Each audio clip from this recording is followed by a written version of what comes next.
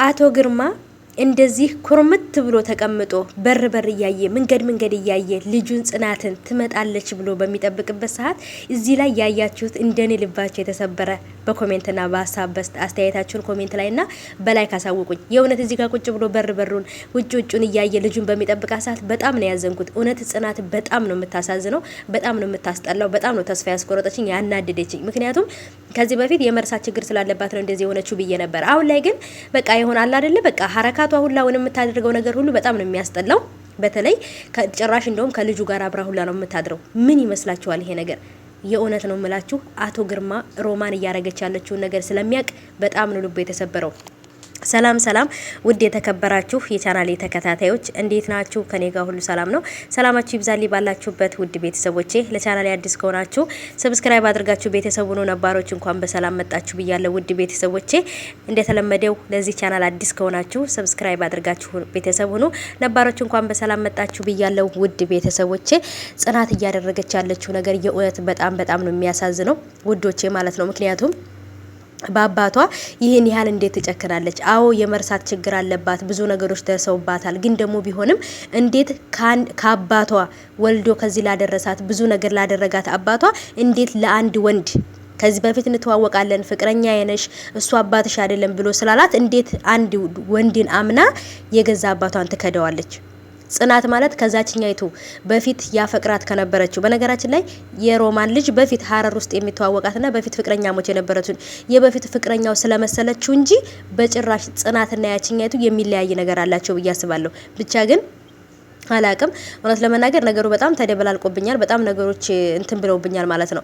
ግን ደግሞ በተለይ ይሄ ልጅ እጅግ በጣም ነው ደስ የሚለው። ምክንያቱም የሮቤል ጓደኛ ስለሆነ በጭራሽ ሮቢ ይሄን ነገር አያደርግም። በጣም መሬትን እንኳን ሲረገጠው የሚፈራ ነው። ለሰው ክብር ያለው፣ ለፈጣሪ ፍራቻ ያለው በጣም መልካም ሰው ነው። ግን የሆነ ጊዜ ከዚህ ሰፈር ለቀው ሌላ ቦታ ሂዶ ከዛን ሲመለስ በእግር ሂዶ በመኪና መጣ። ሀብት በሀብት ሆኖ ድሃ የነበረው ግን በቃ ከዛም በኋላ ሌላ ሰው ሆነ። ብቻውን በቃ እንትን የሚል ለሰዎች የማያስብ አይነት ሰው ሆነ ምናምን ብሎ ለአቶ ግርማ ሁሉን ነገር ነግሮት ነበረ። ግርማም ደግሞ ሌላው ነገርስ ቢቀር እንዴት ልጄን ከኔ እንድትርቅ ያደርጋታል? የበፊት ፍቅረኛው መስላውም ከሆነ ምንም ችግር የለውም ያለውን ነገር ተነጋግሮ መፍታት ይችላሉ።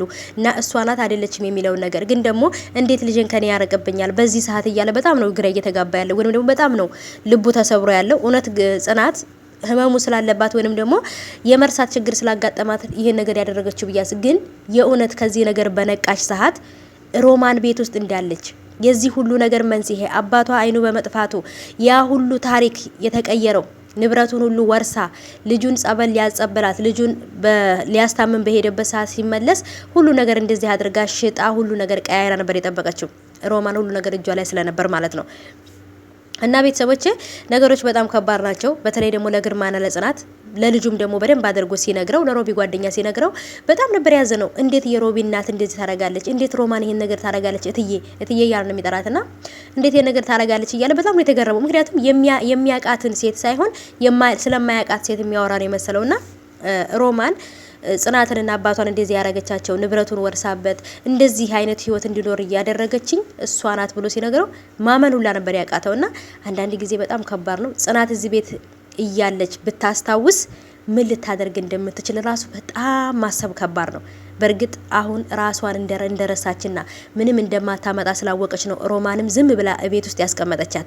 ብታስታውስና ሮማንን ብታያት ልጇንም ሮማንንም በአንድ ቀን ጸጥ እንደምታረጋቸው ድምጥ ማላቸው እንደምታጠፋቸው ታውቃለች ሮማን ማለት ነው። ግን እንደረሳች ስላወቀች ነው ዝም ያለችው።